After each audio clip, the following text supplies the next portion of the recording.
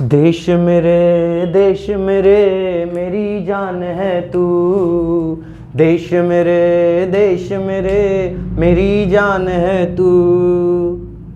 हाँ जी, तो कैसे हैं आप सभी। आज एक बार फिर से आपके बीच में आया हूं मैं, अजय अलावत, स्कूल वाली लाइफ चैनल पे।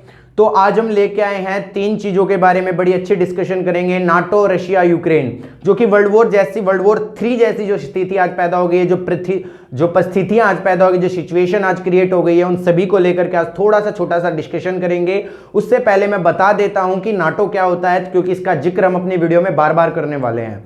नाटो जो है, इसकी फुल फॉर्म पढ़ी जाए तो मैंने बोर्ड पे लिखी है, आपको दिखा देता हूं। देखिए, नॉर्थ अटलांटिक ट्रीटी, ये ट्रीटी वर्ड है, organization, North Atlantic Treaty organisation.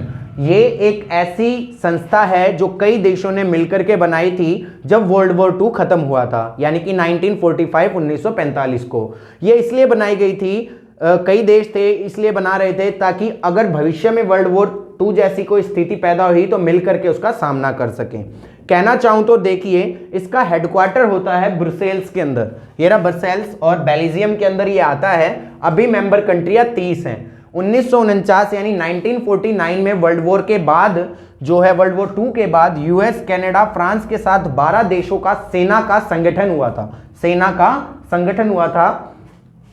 12 देशों का सेना संगठन था। इन्होंने जब साइन किया इस ट्रीटी में तो ये कहा था कि अगर अब हमारी मेंबर कंट्री के ऊपर किसी भी अदर कंट्री ने अगर हमला किया तो हम उस कंट्री को मुंह तोड़ जवाब देंगे, उसकी हड्डी पसलियां सब तोड़ देंगे और उनसे पूरी बैरकशी हम निकालेंगे, मिलकर के सेना हमारी उनसे लड़ेगी।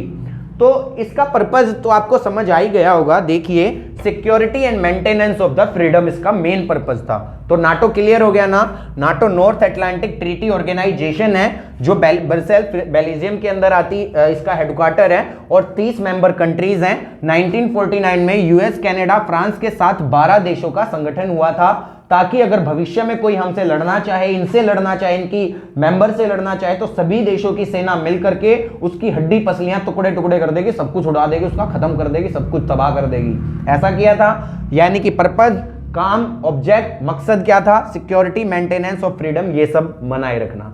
अब यूएसएसआर, ये सब भी आपको क्लियर करूंगा, बट उससे पहले सुनिए, यूक्रेन और रशिया क्यों लड़ रहे हैं आपस में? क्यों ऐसा हो गया कि रशिया जो है इसका भी मेन रोल अदा, इस नाटो का भी उसके बीच में रोल आ गया और रशिया यूक्रेन के साथ इतना हावी हो गया, इतनी सारी लड़ाइयां शुरू हो चुकी हैं, क्यों हो गया है? तो इससे की शुरुआत अगर मैं कहूं तो यूएसएसआर एक वर्ड आपको बता देता हूं जिसको सोवियत संघ बोलते हैं।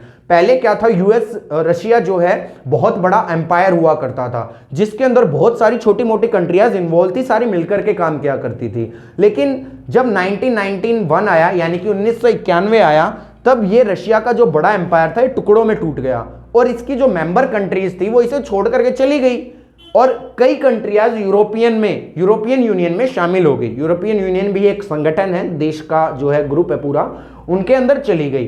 कुछ कंट्रियां जो है यूरोपियन यूनियन में चली गई। तभी जो है ये जो नॉर्थ अटलांटिक, ये वर्ड भी यूज किया जाता है, वहां उनका ये कहना था जब ये देशों ने बनाया कि जो भी कंट्रियां नॉर्थ ईस्ट की साइड जो भी वर्ल्ड में लाई करेंगी, हम उन कंट्रीज को अपने में शामिल कर लेंगे।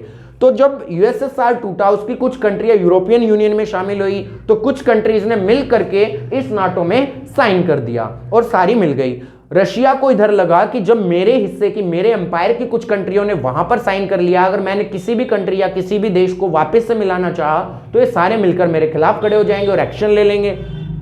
ये सब बातें तभी से चली आ रही हैं और यूक्रेन के साथ थोड़ा इसका अलग खिंचाव चलता है। 1917 में रूस के अंदर क्रांति हुई थी, तो क्रांति हुई, रिवॉल्यूशन हुआ, तो उसके बाद क्या हुआ था, यूक्रेन को आज़ादी मिल गई थी। लेकिन आज़ादी बहुत बड़ी नहीं थी, जो है 3 साल तक आज़ाद हुआ। 1920 में फिर से इसके अंदर क्या आ गया था, ऐड हो गया था यूएस एम्पायर के अंदर। एक्चुअल अगर आज़ादी कहूँ मैं तो ये आज़ाद हुआ था 1991 में, जब यूएसएसआर के टुकड़े हुए थे। मैंने जैसा कहा, कुछ कंट्रियां यूरोपियन यूनियन में चली गई, कुछ ने नॉर्थ अटलांटिक ट्रीटी ऑर्गेनाइजेशन में साइन कर दिया। और अब आती है बात कि यूक्रेन ने ऐसी क्या गलती की? यूक्रेन ने क्या किया भाई? सीधी सी बात है, जब कुछ कंट्रियां रशिया की उधर चली गई हैं तो अब रशिया चाहता है कि मेरी जो बाकी की जो आसपास की जो कंट्रीज है वो North Atlantic Treaty Organization NATO के अंदर साइन ना करें, क्योंकि अगर मान लो भविष्य में ऐसा कुछ हुआ कि जिसकी वजह से रशिया को कुछ कंट्रीज के साथ कुछ व्यापार, कुछ रिलेशन बनाए रखने हैं, तो नाटो से उसको दूर रखना पड़ेगा। और बात आती है यूक्रेन की, जो बिल्कुल बॉर्डर सटा के खड़ा है, बिल्कुल बॉर्डर सटता है। इवन जो यूक्रेन की कीव राजधानी है वो रशिया से सिर्फ 640 किलोमीटर की दूरी पर है। तो आप इससे अंदाजा लगा सकते हैं कि कितना नजदीक है। तो रशिया चाहता है यूक्रेन उस ट्रीटी में साइन ना करे, और अगर साइन करेगा तो हम उसे छोड़ेंगे नहीं, जैसा कि आप देख रहे हो। इधर से यूएस ने भी यूक्रेन को सपोर्ट किया कि आप साइन कीजिए, आप हमारे साथ आइए, लेकिन अब यूएस ने पीछे हाथ हटा लिए हैं, वो उसके साथ नहीं जा रहा है। समझ रहे हो?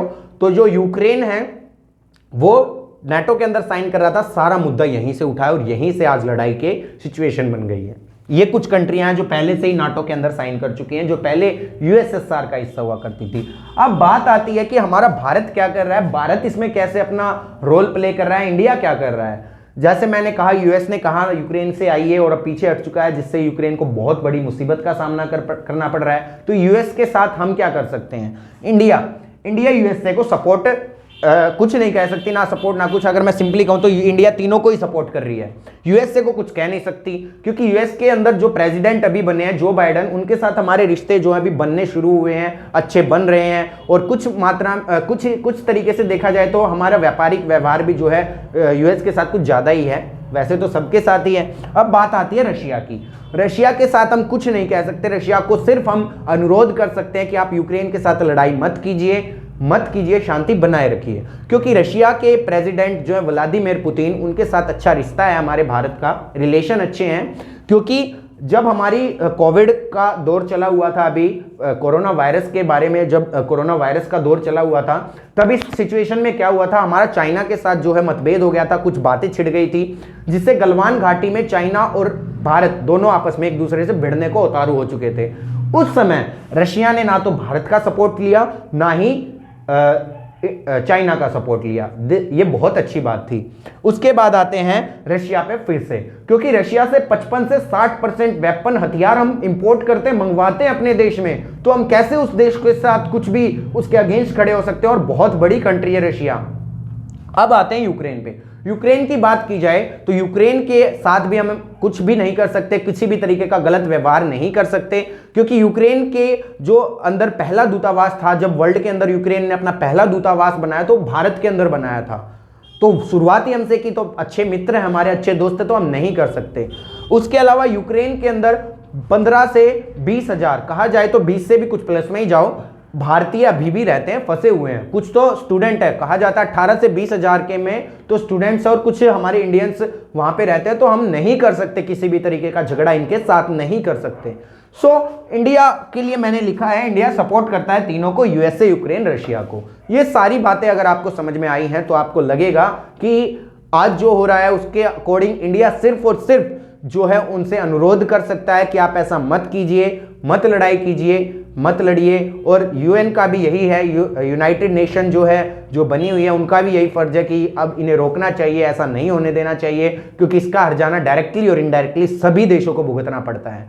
तो मेरे ख्याल से आपको सब क्लियर है। अगर नहीं आया तो आप फिर से पॉज करें वीडियो को, बैक जा करके फिर से देखें, शायद समझ में आएगा। तब तक के लिए सीखते रहें, स्वस्थ रहें और अपने आसपास सफाई रखें और खुशहाल रहें। मिलेंगे दोबारा, बाय बाय।